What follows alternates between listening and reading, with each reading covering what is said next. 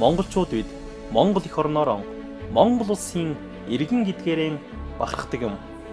Тусгаар тогтносон улс байж эх орон, хууль ёсных нь иргэн байж эх орны эзэн гэж омог бардам хэлэх учиртай. Бид тусгаар тогтносон эрх чөлөөт ард түмэн гэдгээ үндсэн хуулиараа нотолдог юм аа.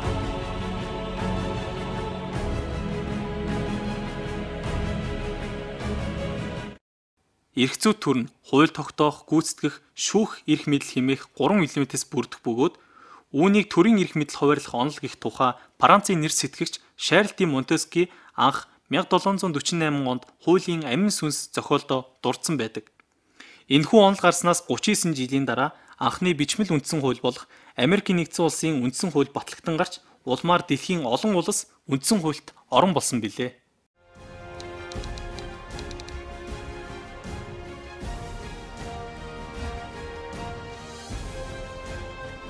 Үндсэн хууль бол эрх бүхий төрийн байгууллагаас онцгой журмаар эсвэл нийт ард түмний санал асуулгаар батлагддаг хууль зүйн хамгийн дээд хүчин чадалтай төрт ёс, хууль ёс, хэв журмын үндэс болсон төрийн гол баримт бичиг мөн.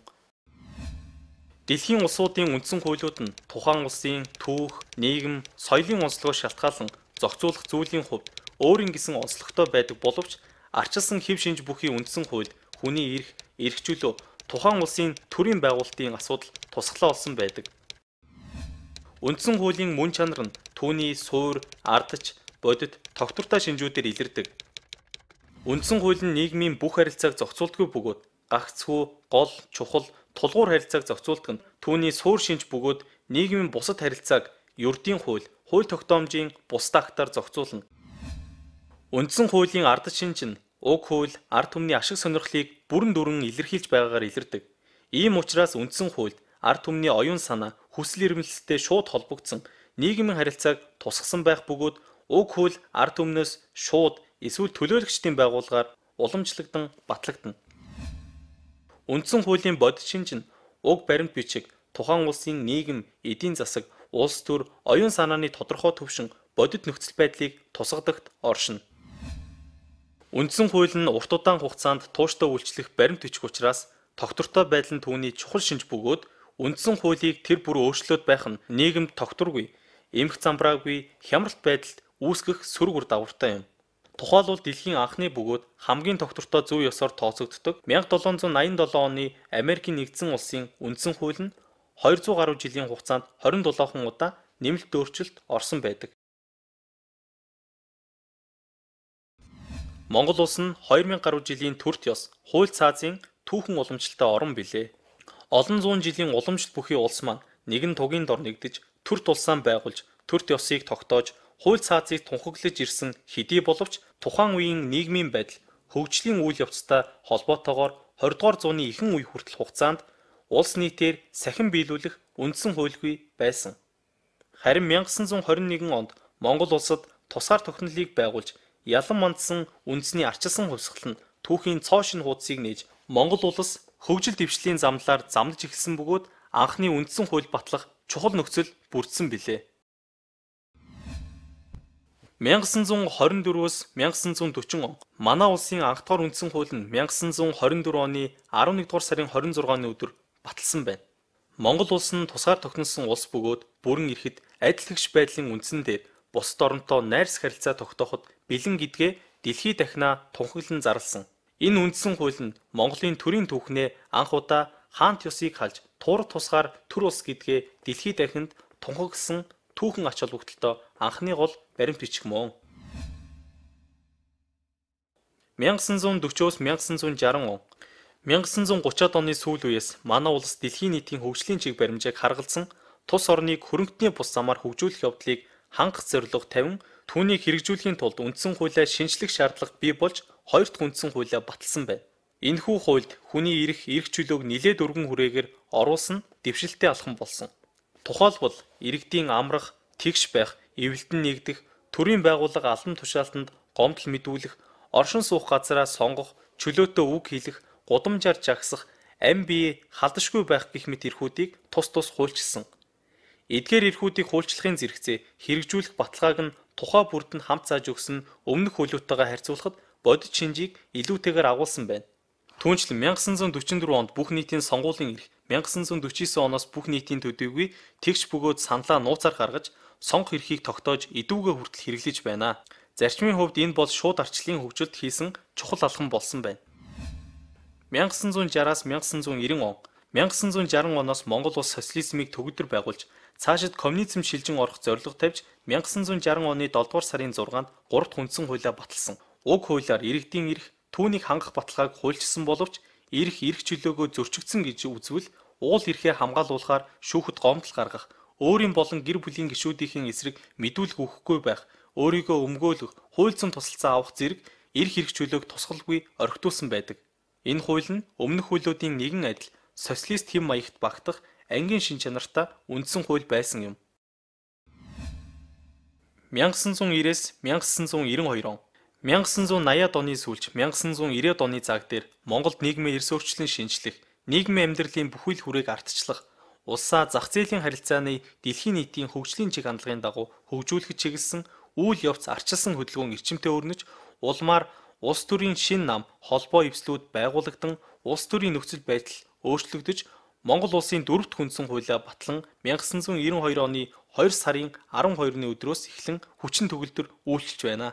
Энэхүү шинэ үндсэн хууль нь өмнөх хуулиудтайгаа харьцуулахад иргэний арчилсан нийгэм цогцлуулан хөгжүүлэх хөгжлийн шин чиг баримжааг тунхаглаад нийгэмшлийн дөрвөн үндсийг цоо шин зарчмын дагуу тодорхойлж, Монгол улс нь дэлхийн олон улсын соёл ард түмний туулж ирсэн жам усны хөгжлийн замыг эргэлт буцалтгүй сонгож, эх орондоо хүмүүнлэг иргэний арчилсан нийгэм цогцлуулан хөгжүүлэхийг эрхэм зорилгоо болгосон. Энэхүү үндсэн хууль нь оршил 6 бүлэг 70 зүйлтэй. Үндсэн хуулийн оршил хэсэгт Монголын ард түмэн бид улсынхаа тусгаар тогтнол, бүрэн эрхт байдлыг баттган бэхжүүлж, хүний эрх чөлөө, шударга ёс, үндэсний эв нэгдлийг эрхэмлэн дээдлж, төрт ёс, түүх соёлынхоо уламжлалыг нандинан өвлөж, хүн төрлөختний соёл иргэншлийн олдыг хүндэтгэн үзэж, эх орондоо хүмүүнлэг иргэний арчилсан нийгэм цогцлуулан хөгжүүлэхийг эрхэм зорилгоо болгоно.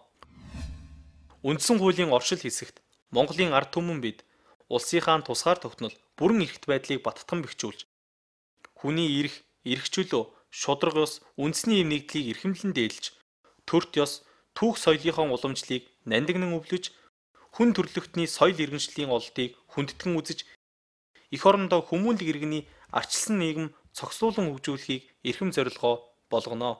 Үүний учир Монгол улсын үндсэн хуулийг даяар олноо зарлан тунхаглаж байна гэсэн нь ард түмний туйлын хүслэн эрхэм зорилтыг тунхагласан.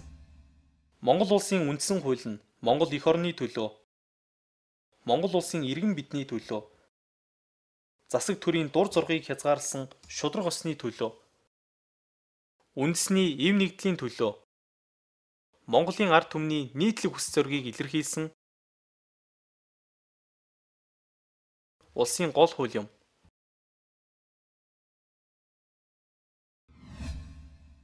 Монгол улс нь 2.7 сая гаруй хүн амтай 1,564,1 мянган ам км нутаг дэвсгэртэй хангай хээр тал хосолсон их газрын хөвлөд нь эрдэс баялаг ариун цэвэр агаар цэнгэг ус онгон байгальд нь сая мал бэлчээрсэн орчин цагийн үйлчилгээний сүлжээ хөгжиж соёл төгсөн мөнх хөх тэнгэрийн орон билээ. Монголчууд үеийн үед энэхүү эх орноо хайрлан тусгаар тогтнолоо хамгаалж улам хөгжүүлэхийг хүсэж тэмцэж ирснийг түүх өгүүлдэг. Монголчууд бид иргэний нийгмээ бүрдүүлэхийн хувьд засаг төрөө өөрсдөө үүсгэн байгуулж, хянан чиглүүлж, өөрсдийн төлөө үйлчлүүлэн эх орноо үн бат оршин хөгжүүлэгч эзэн гэдгийг хуульчлан тунхагласан. Монголын ард түмэн бид хүний эрх чөлөөг эрхэмлэн дээдлэх гэсэн бас нэг туйлын хүслэнг баттган тунхаглаж, улмаар хүний эрх чөлөө гэсэн бүхэл бүтэн бүлэг оруулсан. Энэхүү бүлэгт хүний болон иргэдийн эрх чөлөө, тэдгээрийг хамгаалах, хангах баталгааг бүрдүүлэх талаар иргэдийн өмнө төрийн хүлээх үүрэг, хариуцлагыг тогтоож өгсөн. Ингэснээр иргэд бид өөрт заяамал болон зүй ёсны эрх чөлөөгөө баталгаатай эдлэх үндэс суурь тавигдсан. Ийм учраас үндсэн хууль эх орны төлөө, таны төлөө, иргэн бидний төлөө хууль бөгөөд түүнээс хөндий байх учиргүй. Монгол улсын үндсэн хууль шударга ёсны төлөө, дур зоргийн эсрэг хууль юм. Шударга ёсыг эрхэмлэх нь манай ард түмний бас нэг туйлын хүслэн юм. Хүн төрлөختний үнэт зүйлс арчилсан хууль хийгээд ёс суртахууны аль альнийх нь нэг иш үндэс нь шударга ёс юм. Иргэн хүн хуулиар хориглоогүй зүйлийг хийж болох эрх чөлөөтэй байдаг бол засаг төрийн байгууллага түүний албан тушаалтан гагцхүү хууль заасан үүргийг мөн түүгээр олгосон эрхийн хүрээнд биелүүлэх ёстой байдаг. Энэ бол шударга ёсны хэмжүүр болсон хууль дээдлийн үндсэн шаардлага бөгөөд засаг төрийн байгууллага нь хүний эрх чөлөөг хамгаалахын төлөө шударгаар үйлчлэх ёстой үндсэн хуулийн гол чиглэлүүрэг юм. Ийм учраас үндсэн хууль нь шударга ёс эрх чөлөө тэгш байдлын төлөө засаг төрийн байгууллагын дур зоргын эсрэг сүрэн зогсдог хууль мөн. Үндсэн хуулийн 1-р бүлэгт Монгол улсын бүрэн эрхт байдлын талаар хуульчилж өгсөн. Шинэ үндсэн хууль зааснаар манай улс төрийн удирдлагын хэлбэрийн хувьд парламентын бүгд найрамдах улсын хэлбэртэй бөгөөд хууль тогтоох гүйцэтгэх шүүх эрх мэдэл бүхий төрийн засаглалт засгийн бүх эрх мэдэл нь Монголын ард түмний мэдэлд байна. Монгол улсын иргэн та бид бүхэн сонгогдох эрхийнхээ дагуу төрийн эрх барих байгууллагуудаа сонгож түүгээр дамжуулан засгийн эрх мэдлийг барьж байна.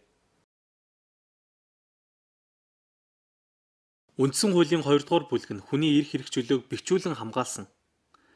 Бие хүний эрх зүйн байдлын гол үндэс болсон хүний үндсэн эрх чөлөөний асуудал нь арчлын амин гол сүнс нь байдаг. Хүний эрх гэдэг нь хүнд төрөлхөөс заяасан буюу хүнд өөрт нь байдаг нийгмийн дотор заавал хийх боломж юм. Эрх чөлөө гэдэг нь хүний идэх ёстой бөгөөд хүнээс салгаж үл болох боломжийг хэлэх бөгөөд хүн төрж мэдлэхдээ энэхүү салшгүй эрхийг тээж ирдэг. Иргэн та амьд явах, эрүүл аюулгүй орчинд амьдрах, хөдлөх, үл хөдлөх хөрөнгөө шударгаар олж авах, эзэмших, өмчлөх, өв залгамжлуулах, ажил мэргэжлээ чөлөөтөө сонгох, сурч боловсрох, эрүүл мэндэ хамгаалуулах, эмнэлгийн тусламж авах, үзэл бодлоо чөлөөтөө илэрхийлэх, үг хэлэх, хэвлэн нийтлэх, эвлэлтэн нэгдэх, шашин шүтэх, ис шүтэх, халдашгүй чөлөөтөө байх гэх мэт эрх чөлөөг баталгаатай эдлэн. Дараах үндсэн үргийг заавал биелүүлнэ. Үндсэн хууль бусад хуулийг дээдлэн хүндэтгэж сахин биелүүлэх. Хүний нэр төр, алдар хүнд, эрх, хууль ёсны ашиг сонирхлыг хүндэтгэх. Хуулиар ноогдуулсан албан татвар төлөх. Эх орноо хамгаалах. Хуулийн дагуу цэргийн алба хаах. Үндсэн хуулийн 3-р бүлэгт Монгол улсын төрийн байгууллагын талаар хуульчилсан. Манай улсад засаглал хуваах онолыг баримтлан төрийн эрх мэдлийг хуваарлсан ба хууль тогтоох, гүйцэтгэх, шүүх эрх мэдэл, тэдгээрийг хэрэгжүүлэх арга хэлбэр, эрх хэмжээ, баримтлах зарчим, үндсэн чиглэл зэргийг Монгол улсын үндсэн хуулиар хуульчлан тогтоож өгсөн. 4-р бүлэгт Монгол улсын засаг захиргаа нутаг дэвсгэрийг нэгж түүний удирдлагын талаар хуульчлан бэхжүүлсэн ба Монгол улсын нутаг дэвсгэр засаг захиргааны хувьд аймаг нийслэл, аймаг нь суманд, сум нь багт, нийслэл нь дүүрэгт, дүүрэг нь хороонд хуваагддаг. 5-р бүлэгт Монгол улсын үндсэн хуулийн цэц буюу үндсэн хуулийг сахиулах баталгааны талаар хуульчилсан өмнөх үндсэн хуулиудын үед байгаагүй цоо шинэ институт бий болгосон билээ. Альва улс оронд үндсэн хуулийн биелэлтэнд дээд хяналт тавих байгууллага байдаг ба манай улсын хувьд Монгол улсын үндсэн хуулийн цэц энэхүү чиг үүргийг хэрэгжүүлдэг. 6-р бүлэгт Монгол улсын үндсэн хуульд нэмэлт өөрчлөлт оруулах үйл ажиллагааг журмалсан. Үндсэн хуулийн нэг шинж бол тогтвортой байх шинж бөгөөд үндсэн хуульд нэмэлт өөрчлөлт оруулах асуудлыг нарийн чанд тогтоох шаардлага урган гардаг. Үндсэн хуульд оруулсан нэмэлт өөрчлөлт нь үндсэн хуулийн нэгэн адил хүчинтэй байдаг. Үндсэн хуулийн эдгээр ойлголтуудаас төрийн бэлэг тэмдгийн талаар тухайлан авч үзье. Монгол улсын тусгаар тогтнол бүрэн эрхт байдлын бэлэг тэмдэгт төрийн сүлд, туг, далбаа, тамга дуулал багтдаг. Төрийн сүлд, туг, далбаа, дуулал нь Монголын ард түмний түүхэн уламжлал, хүсэл тэмүүлэл, ив нэгдэл, шударга ёс, цог хиймрийг илэрхийлдэг. Төрийн сүлд нь ариун цагаан өнгийн бадам цэцэг суурьтай төгсгөлгүй үргэлжлэн дэлгэрэх түмэн насан хийгээр хөвөлсөн мөнх тэнгэрийг бэлэгдсэн дугар хөх дэвсгэртэй байна. Сүлдний төв хэсэгт байрлах алтан соёмб эрдэнийн хүлэг нь Монгол улсын тусгаар тогтнол бүрэн эрхт байдлын цог хиймрийг илтгэнэ. Сүлдний хүрээний магнаан хэсэгт эрт, идүүгээ, ирээдүй 3 цагийг бэлэгдсэн хүслийг хангагч чанаман эрдэнэ. Доод хэсэгт нь их газрыг төлөөсөн ногоон өнгийн уулан хээ, ашид дэвжихийн үлзий хутаг оршсон хүрдийг тус дүрслэнэ. Хүрдийг хадгаар дээдлэн сүлдсэн байдаг. Монгол улсын төрийн туг, Монголын нэгдсэн тулгар төрийн уламжлалт их цагаан туг нь Монгол улсын төрийн хүндэтгэлийн бэлэгдэл бөгөөд 9 хүлт их цагаан туг нь Монгол улсын төрийн туг юм. Төрийн тугийг Монгол улсын бүх аймгийн адуун сүргийн дотроос шилж сонгосон цагаан зүсмийн азарганы дил сүүлээр ганц хуу үлддэг. Төрийн тугийг өнгийн чулуу шигтгэж дотор нь Монгол улсын бүх аймгийн хөрсний дээжийг байрлуулан цутгасан шатлсан элбэртэй хот улсыг бэлэгдсэн хүрээн мандлын байдалтай суур дээр залж төрийн ордонд байрлуулна. Төрийн тугийг газар төрхийг цээрлэх бөгөөд үндэснийх баяр наадмын өмнөх өдрүүдэд төрийн тугийг цэнгүүлж баяр наадмын өдөр баяр наадмын төв талбайд хүндэтгэн залдаг. Төрийн далбаа. Монгол улсын төрийн далбаа нь улаан хөх, улаан хосолсон өнгөтэй байна. Далбааны хөх өнгө нь мөнх тэнгэрийг, улаан өнгө нь мандан бадрахыг бэлэгддэг. Далбааны ишин талын улаан дэвсгэрийн төв хэсэгт алтан соёмб байрлуулна. Өндөр гэгээний зохиосон соёмб бичгийн эхний бригад тэмдэг нь өнөө хүртэл Монгол улсын туг талбаан дээр тусгаар тогтнолын бэлэг тэмдэг болон тасралтгүй уламжилсаар өнөөдрийг хүрсэн алтан соёмб юм. Тухайлбал улс төрийн бэлэгдэл нь соёмбын дээд талд байрлах галын дүл нь айл өрх улс хотлоор өнгөрсөн одоо ирээдүйд үрд мандан бадрахыг, нар сар нь Монголын ард түмэн цэцэглэн хөгжихийг, гурвалж нь сум мэд хурц ирэмгий байхыг, загас нь өнөр өтгөн сонор соргохыг, хажуугийн босоо шугам хэрэм мэт бат бөх байхыг тус тус бэлэгддэг. Төрийн тамга. Төрийн тамга нь дөрвөлжин хэлбэртэй, голдоо төрийн сүлдтэй, сүлдний хоёр талаар Монгол улс гэсэн бичээстэй арслангийн дүрс бүхий бариултай байх бөгөөд төрийн тамгыг цул мөнгөөр гар аргаар ганц хуу үлдэнэ. Төрийн тамганы дөрвөн өнцөгт бат бихийг бэлэгдсэн холбоо түмэн насан хээ байрлуулан Монгол улс гэсэн бичээсийг Монгол үсгээр эвхэж бичсэн байна. Төрийн тамгыг Монгол улсын ерөнхийлөгч барих бөгөөд түүнийг дуурайлхан үлдэж болохгүй. Төрийн тамгыг үндэсний хээгээр чимгэлсэн мөнгөн тоног бүхий зөөлөн торгомсог идээр дотруулсан зандан модон хайрцагт байрлуулдаг. Төрийн дуулал. Төрийн дуулал нь улс үндэстний түүх, соёлын онцлогийг тусгаж эх оронч үзэл, тусгаар тогтнол, мандал бадрал, хөгжил цэцгэлтийг магтан дуулж ерөөсөн утгатай байдаг. Төрийн дуулалыг төрийн тугийг хүндэтгэн залах ёслол үлдэх, ариадо өргөн нэвтрүүлгийн үндсэн хөтөлбөр эхлэх, төгсгөх бүх шатны боловсролын байгууллагын хичээлийн шинэ жилийн нээлтийн ажиллагаа гэх мэт хуулиар зөвшөөрсөн үйл ажиллагааны үед ихшэглүүлнэ.